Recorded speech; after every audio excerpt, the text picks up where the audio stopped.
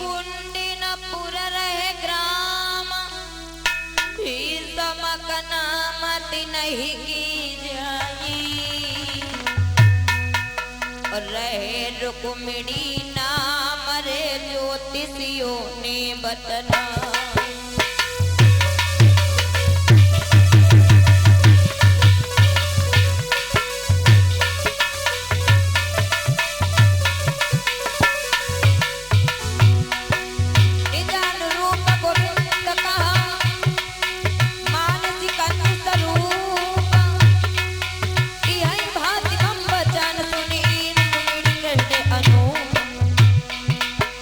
हम जोड़ी ओरी गुइयारी चलियो तो गंगा मैया नहाई आवे, जब निर्मल होई तू शरीर ओरी बेनारी, चलियो तो गंगा मैया नहाई आवे।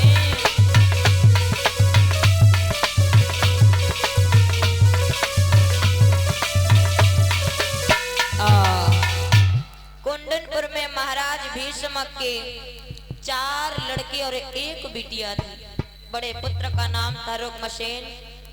बिटिया का जब अवतार हुआ था, ज्योतिषी लोग आए थे, नाम का संस्कार किया था, नाम रखा था रुक्मिणी, और साथ में बता दिया था कि विवाह अपने मन का करेगी, स्वयं करेगी, और इसका विवाह होगा तो भगवान कन्हैया के साथ होगा। धीरे धीरे जो रुक्मिणी थी वो बड़ी होने लगी। एक दिन की बात, कुछ याचक लोग आए हैं उसके गांव में, कुंडनपुर में, और गाते हुए जा रहे हैं, ब्रजभूमि में हुआ है अवतार कन्हैया का। संत महंत जा रहे हैं, जय लेन गाते जा रहे हैं, ब्रजभूमि में हुआ है अवतार कन्हैया। रुक्मिणी ने सुना कि यहाँ तो श्याम के नाम की चर्चाएं हैं। मन में विचार किया, उनके नाम में इतनी शक्ति है, इतनी महिमा है कि जितने भी लोग हैं सब उन्हीं के नाम का गुणगान करते हैं। रुक्मिणी ने उसी समय प्रण कर लिया कि मैं विवाह करूंगी तो कन्हैया के साथ करूंगी, वरना मैं और किसी के साथ विवाह नहीं कर सकती। आज मेरे भगवत श्रोताओं कुछ समय और व्यतीत हुआ। एक दिन की बात, जो रुक्मिणी थी अपनी सखियों के साथ, दासियों के साथ खेल खेलने लगी। और खेल कौन सा? आंख में चौनी का। अब सारी सखियां तो छिप जाएं, लेकिन जैसे रुक्मिणी पहुंचे सोई प्रकाश हो जाए। सखियां कहने लगी, बहना तुमने तो सारा खेल ही बिगाड़ दिया हमारा। क्यों? हम सभी तो छिप जाते हैं, लेकिन तू जब आ जाती है ना तो प्रकाश हो जाता है, और जब प्रकाश हो जाता तो खेल बिगड़ जाता है। और तूने तो ये बहुत गलत कर दिया। तू चली जा, हम सभी मिलकर के खेलेंगे। क्यों? रुक्मिणी इतनी सुंदर थी, इतनी सुंदर थी कि जहां भी जाती थी वहां प्रकाश हो जाता था। उसी समय रुक्मिणी की माँ ने देखा। रुक्मिणी की माँ का नाम था शुद्धमती। उसने जब अपनी बिटिया रुक्मिणी को देखा, सोई बांदी को बुलाया और कहा, जाओ दरबार से महाराज को बुला करके लाओ। आज बांदी चली है, महाराज को बुलाने जा रही है। कैसे? सुनिएगा। अरे धीरे धीरे बांदी चली गई, जाके चलती मरोरा, चाली है जा तो चलती मरोरा।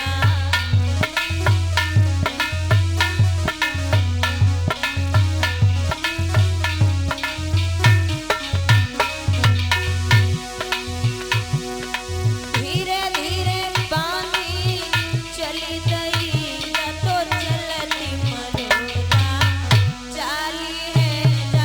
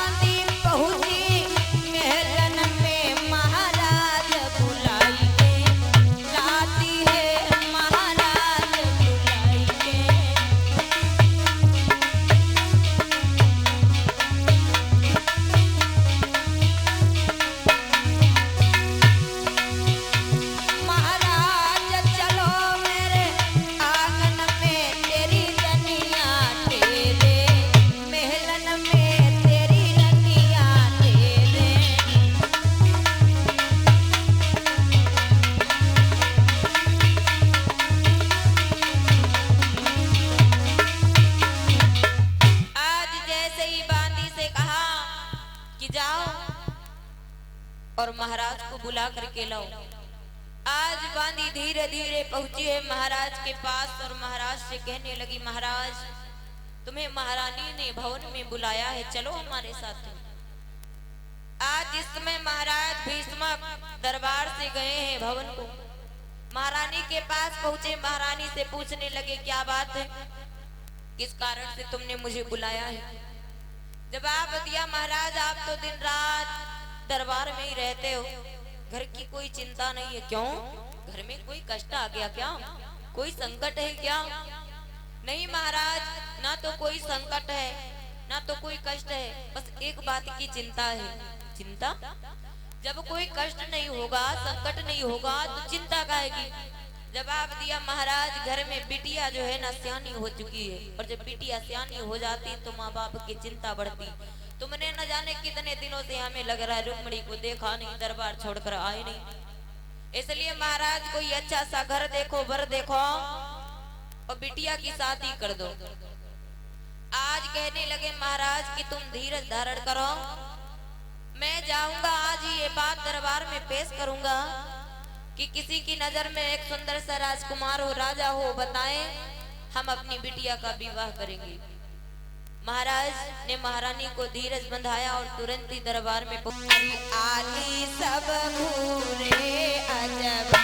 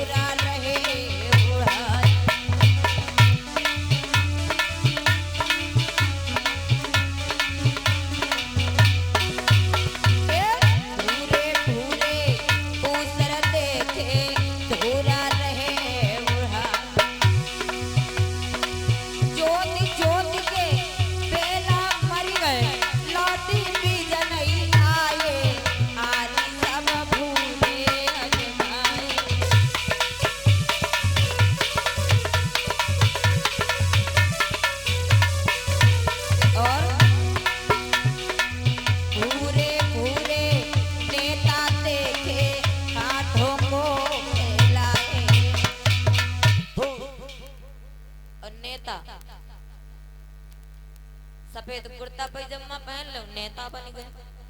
जितनी लंबी चौड़ी बातें करी पाओ उतनी जल्दी नेता बन गए। नेतन की लंबी बात, अगर कोई नेतागिरी करता होगा या नेता होगा तो बुरा मत मानिएगा। नेतन की लंबी बात और ओट मांगे जोरी हाथ, और पीछे से मारे लात, ऐसी राजनीति है। बने को बनात जात और गिरे को गिरात जात, और लड़े को लड़ात जात ऐसी रीति है। कहत है हजारों बात और पूरी करे नए को बात और आज के लबरानी तना की ऐसी राजनीति है। इसीलिए बताया गया है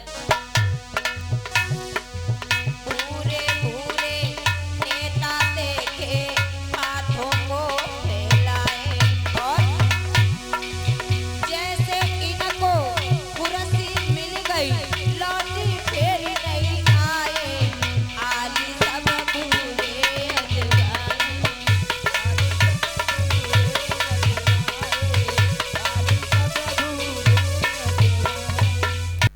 आज भैया जिस समय महाराज भीष्मक पूछते हैं कि आखिर किसी की नजर में एक अच्छा सा राजकुमार हो, लड़का हो तो हमें बताए। कोई खड़ा होकर के कहता है महाराज बाणासुर बहुत बड़ा बलवान राजा है, बहुत अच्छा राजा है, आप उसके साथ कर दें विवाह। कोई कहता है नहीं महाराज वो तो बहुत बड़ा घमंडी है, उसके साथ कदापि मत करना। इस प्रकार से बताया गया है कि विवाह कहीं नहीं तय हुआ। दरबारी बारी बारी से और इलाजों के नाम बताने लगी।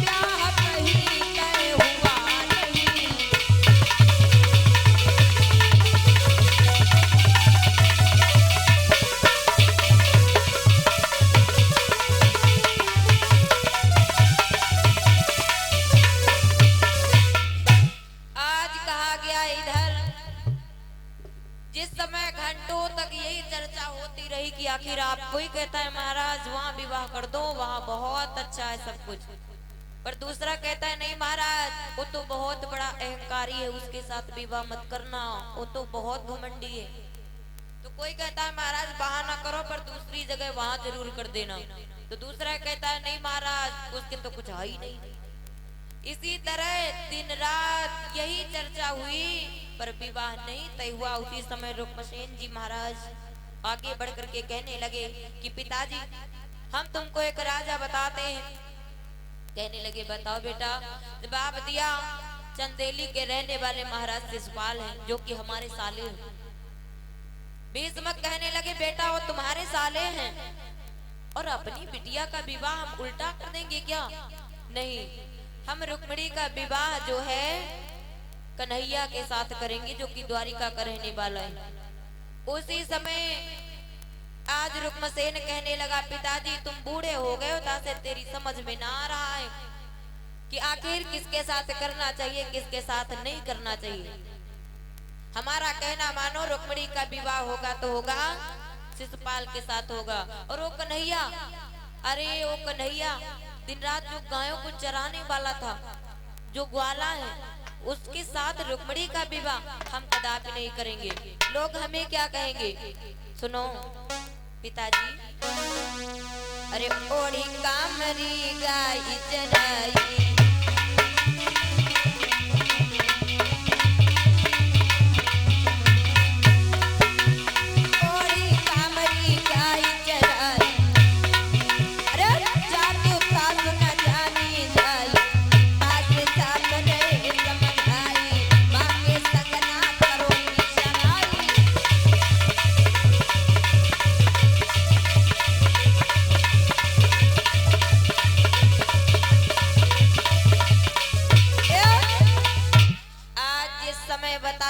आखिर उस कन्हैया के साथ, उस छलिया के साथ, उसके साथ तो विवाह बिल्कुल नहीं होगा। अब तो महाराज भीष्मक परेशान है, लेकिन शिशुपाल के लिए खत्र लिखने लगा। आज तुरंत ही रुक्मसेन ने क्या किया, कहा मंत्री, मंत्री महाराज, कागज और कलम ले लो। जी महाराज। और पत्र लिखो। आज जैसे ही पत्र तैयार हुआ तो ध्यान रखना, कहा गया है, अरे सीधी श्री सब लारी, सब लारी देखो मेरे भूप चंदेली के कपड़ा।